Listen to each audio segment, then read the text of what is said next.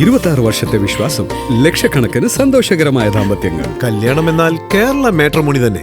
VD. Satheesan സർക്കാരിന്റെ വിപ്ലവകരമായ പ്രഖ്യാപനമായാണ് സൗജന്യ യാത്രാ പദ്ധതിയായ പ്രിയദർശിനി വിലയിരുത്തപ്പെടുന്നത്. നിർധനരായ സ്ത്രീകൾക്കുൾപ്പെടെ വലിയ ആശ്രയം. പക്ഷേ പ്രിയദർശിനി വിജയമാകുമ്പോൾ കഞ്ഞികുടി മുട്ടുന്ന ഒരു വിഭാഗമായി സംസ്ഥാനത്തെ സ്വകാര്യ ബസ്സുടമകൾ മാറുകയാണ്.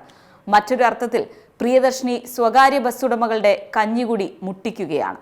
മലബാറിലെയും മധ്യ കേരളത്തിലെയും പൊതുഗതാഗത മേഖലയിലാണ് പ്രിയദർശിനി വലിയ ചലനങ്ങൾ സൃഷ്ടിക്കുന്നത്. KSRTC ബസ്സുകളിൽ സ്ത്രീകൾക്ക് സൗജന്യ യാത്ര അനുവദിക്കുന്ന പദ്ധതി നിലവിൽ വന്നതോടെ സംസ്ഥാനത്താകെ സ്വകാര്യ ബസ് മേഖല ഗുരുതര പ്രതിസന്ധിയിലായി കഴിഞ്ഞു. സംസ്ഥാന വ്യാപകമായി പണിമുടക്ക് അടക്കമുള്ള ശക്തമായ നടപടിയിലേക്ക് സ്വകാര്യ ബസ്സുടമകൾ കടന്നിട്ടുമുണ്ട്. തിരുവനന്തപുരം പോലെ വളരെ ചുരുക്കം ജില്ലകളിലാണ് പൊതുഗതാഗത മേഖലയിൽ സ്വകാര്യ ബസ്സുകളേക്കാൾ റോൾ KSRTCക്കുള്ളത്. തൃശൂർ ജില്ലയിലെ കാര്യം പരിശോധിക്കാം. തൃശൂരിൽ മാത്രം 200-ലധികം സ്വകാര്യ ബസ്സുകളാണ് ഈ മാസം പൂർണ്ണമായും സർവീസ് നിർത്തിവെച്ചത്.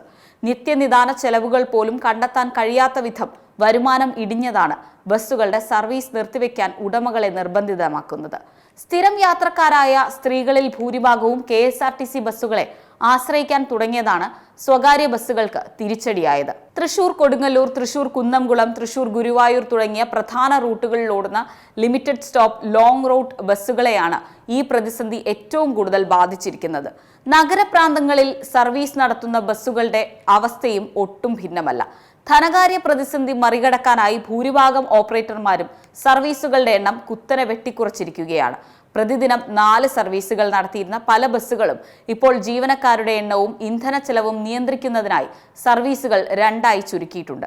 പല ബസ്സുകളും ട്രിപ്പ് കട്ട് ചെയ്തിട്ടാണ് ഇപ്പോൾ സർവീസ് നടത്തിക്കൊണ്ടിരിക്കുന്നത്. അതിനുള്ള കാരണം എന്താണെന്ന് വെച്ചാൽ ഡീസൽ അടിക്കാനുള്ള സംഖ്യ ഈ ബസ്സിൽ നിന്നും കിട്ടുന്നില്ല. അതുപോലെ തന്നെ ഈ പല ബസ് ഉടമകളും ഇപ്പോൾ G-ഫോം നൽകി കഴിഞ്ഞു.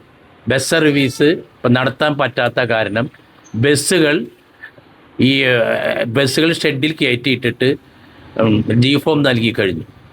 ഇത് 1-2 ബസ്സുകളെ മാത്രം ബാധിക്കുന്ന പ്രശ്നമല്ല. ബസ്സുകൾ സർവീസ് നിർത്തുകയോ വെട്ടിക്കുറയ്ക്കുകയോ ചെയ്യുമ്പോൾ ഡ്രൈവർമാർ, കണ്ടക്ടർമാർ, ക്ലീനർമാർ ഉൾപ്പെടെ ഈ മേഖലയെ ആശ്രയിച്ച് ജീവിക്കുന്ന പതിനായിരങ്ങളുടെ ഉപജീവന മാർഗമാണ് ഇല്ലാതാകുന്നത്. സ്വകാര്യ ബസ് മേഖലയെ സംരക്ഷിക്കാൻ ഒരു സ്ഥിരമായ പരിഹാരം സർക്കാർ തലത്തിൽ ഉണ്ടാകണമെന്നാണ് ആവശ്യം. സർവീസുകൾ കുറയ്ക്കുന്നതിലൂടെ ബസ് സ്റ്റാൻഡ് ഫീസുകൾ, ബസ് അറ്റകുറ്റപ്പണി ചെലവുകൾ തുടങ്ങിയ ചെലവുകൾ ഒഴിവാക്കാൻ സാധിക്കുമെന്നാണ് ഉടമകൾ പറയുന്നത്. സൗജന്യ യാത്ര വിദ്യാർത്ഥികൾക്കും 65 വയസ്സിന് മുകളിലുള്ള സ്ത്രീ പുരുഷന്മാർക്കും മാത്രം നൽകണം. 50% ഡീസൽ സബ്സിഡി അനുവദിക്കണം. റോഡ് നികുതി പൂർണ്ണമായും ഒഴിവാക്കണം.